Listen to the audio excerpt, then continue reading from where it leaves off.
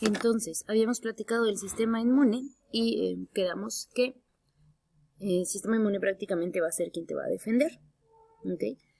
Recuerden que existe un antígeno y existe un anticuerpo, los cuales van a estar en contacto y en constante lucha, obviamente para que pues tú sobrevivas. ¿Ok? Existió un aporte importante en el canon de Avicena, en el cual se va a hablar de la prevención de las enfermedades y el carácter contagioso de la tuberculosis. Entre el periodo 500 y el año 1000 se le conoce como la época del oscurantismo. Los problemas de salud se consideraron en términos mágico-religiosos. La gente de ese entonces entendía o consideraba que todas las enfermedades no existían como tal, sino que eran parte de magia o de religión. ¿Okay? Atribuían la salud y la enfermedad a fuentes sobrenaturales. En el siglo entonces X aparece la escuela de Salerno, ¿okay? Que es denominada como Régimen Sanita Salernitarum. En esta escuela se considera como la primera escuela, obviamente de todo lo que tiene que ver con medicina, y refleja la historia de la higiene, presentando un recuento de las medidas de salud pública de esa época. Aquí es en donde empezaban a interactuar con todo lo de las inoculaciones contra la viruela, dieta para prevenir y curar enfermedades y normas generales de higiene. Aún no se considera o no se conoce la higiene como tal, como nosotros la conocemos, ¿ok? Pero ya empezaban a hacer sus primeras, como identificar sus primeros focos de infección y hacerlo de manera más higiénica. Otro problema de gran magnitud fue la limpieza de las calles y la disposición de la basura. Porque obviamente pues se acumulaba todo y esto agravaba pues la salud en general. La gente tenía cerdos, gansos, patos dentro de sus casas, lo cual recuerden que muchas de las enfermedades son transmitidas por heces fecales. La transmisión es fecal oral e incluso el hecho de tener animales, zoonosis positiva, animales en casa, pues puede ser un factor de riesgo para contraer ciertas enfermedades. Entonces, en el siglo XV, en sus comienzos, algunas ciudades alemanas, entre ellas Frankfurt y Berlín, prohibieron tener porquerizas en las calles, establecieron mataderos municipales y se prohibió sacrificar animales en las casas. En la Edad Media se dieron dos grandes epidemias. La primera, llamada Plaga de Justino, y la segunda, la Muerte Negra o la Peste Negra. Espero ustedes sepan de qué habla, ¿ok? Entre estas dos, Europa y el Mediterráneo fueron afectados por grandes, pequeños y pequeños brotes de enfermedades como lepra, peste bubónica, viruela, difteria, sarampión, tuberculosis, escabiasis, erisipela, antrax, tracoma y la marra del baile. Las medidas de protección se basaron en una mezcla de ideas médicas y religiosas. En el siglo XVI y XVII se desarrolló la epidemiología y la observación clínica.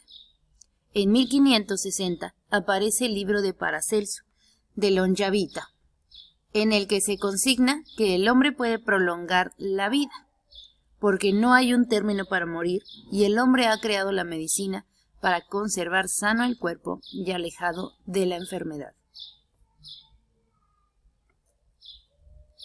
Paracelso se destaca por el estudio de las intoxicaciones crónicas y profesionales producidas por el mercurio, arsénico, antimonio, cobre, incluso plata, incluso oro, entre otros. Durante la primera mitad del siglo XVIII, Gaspar Casal, que fue un médico español, comenzó a indagar sobre el llamado mal de la rosa, más tarde denominado con el nombre de pelagra, debido a la dermatitis que producía. La primera publicación sobre riesgos ocupacionales de los mineros de oro fue un folleto de 8 páginas escrito en 1472 por Ulrich Ellenbogen en 1523. En el siglo XVIII, la salud pública está orientada al incremento del bienestar del hombre en general, teniendo gran repercusión en los inicios del siglo XIX, con 3 personas muy importantes: Edwin Chadwick, que su función era abogado, John Simon como médico y Lemuel Shattuck como librero, como el escritor, el que se iba a dedicar prácticamente a la investigación y a la redacción. ¿Okay?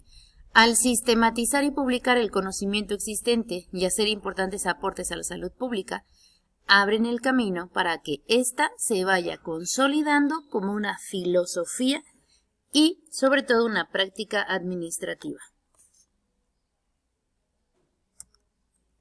En 1802, el médico español Villalba, en su libro Epidemiología Española, compiló las epidemias y brotes de enfermedades registradas en España desde el siglo V hasta 1801. Pero existió una revolución en 1819 y las leyes dejaron desprotegidas la salud pública. Digamos que fue lo último que importó. Y solo hasta 100 años más tarde volverían a aparecer algunas ideas sobre la seguridad social.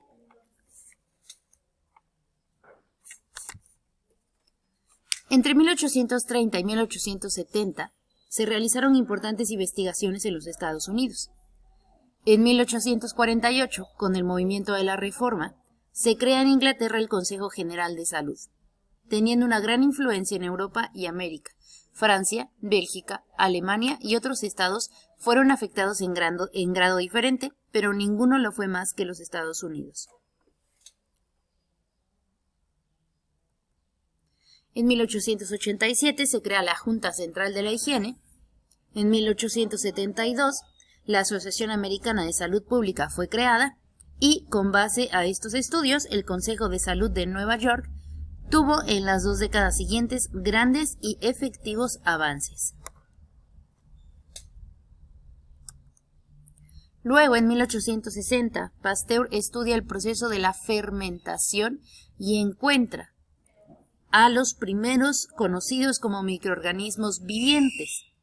También nos dice cómo prevenir esta condición con el proceso que ahora conocemos como pasteurización, el cual se utiliza en los alimentos. En la década de 1880 se puede considerar como la edad de oro de los descubrimientos bacteriológicos.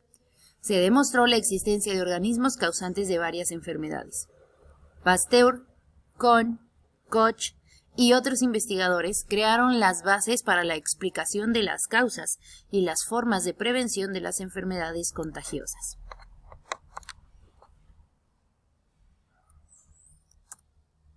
En 1870, Otto von Bismarck, conciliar de Prusia, crea los seguros sociales. ¿Qué son estas? Son organizaciones que van a proteger al trabajador, en algunos casos a las familias de los mismos, contra los principales contingentes que afectan su capacidad de desempeño: alguna enfermedad, invalidez, algún accidente en el trabajo, incluso en su trayecto. En 1942, William Beveridge impulsa un nuevo concepto de seguridad social, el concepto sistémico. Esta persona plantea los conceptos fundamentales de la seguridad social: universalidad, solidaridad y equidad. En 1977, la Asamblea Mundial de la Salud propone la meta más ambiciosa para toda la humanidad, que es salud para todos en el año 2000.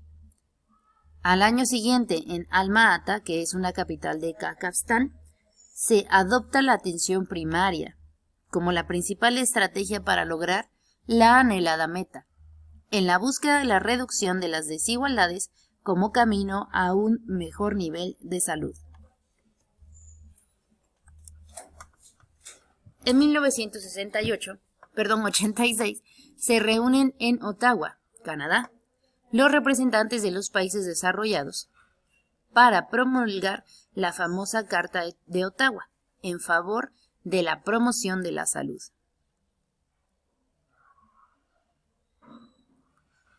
En la década de los 90 entran en crisis muchos sistemas de salud.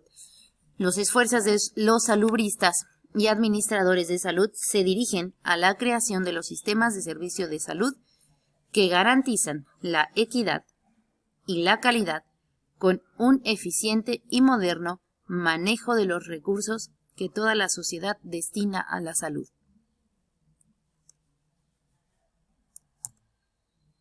En el siglo XX ha sido testigo de grandes avances en cuanto al conocimiento científico. Se empiezan a controlar enfermedades transmisibles, aparecen los cambios demográficos. Inicialmente las tasas de fecundidad y de mortalidad eran muy altas. Por lo tanto, el crecimiento de la población fue lento.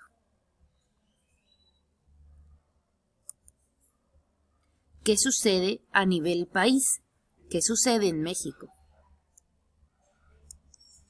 En México, a finales del siglo XIX, puede hablarse de salud pública moderna porque fue durante el Porfiriato que se profesionalizó.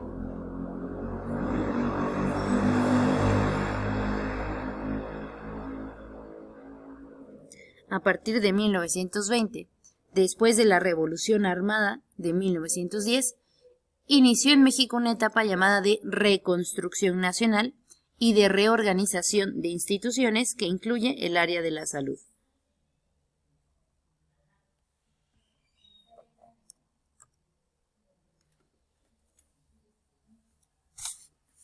Como antecedente importante, en la Constitución de 1917 se establece que la salud es un derecho para todos los mexicanos y para hacerlo valer se reestructuró el Consejo Superior de Salubridad, que fue existente desde 1841 y además fue el encargado del diseño de políticas y trabajos de higiene durante el Porfiriato. Esta dependencia cambió su nombre a Departamento de Salubridad Pública. El Departamento de Salubridad combatió epidemias como la de tifoidea y la de influenza, o conocida también como gripe española. Se volvió a formular y se crea diferentes secciones entre las que destacan la sección de Educación Higiénica y Propaganda, que se inauguró en 1922. La salud pública cobra interés en los años 70, incorporando la salud mental, la historia de la educación higiénica, las epidemias y las campañas de salud, entre las que destacó en 1927 contra las enfermedades venéreas, la campaña antialcohólica de 1929, la llamada Salud para las Américas, una iniciativa impulsiva desde Estados Unidos por Nelson Rockefeller. Campaña Nacional para la Erradicación del Paludismo, iniciada en 1957, la de 1970 sobre planeación familiar y la de los años 80 contra el SIDA.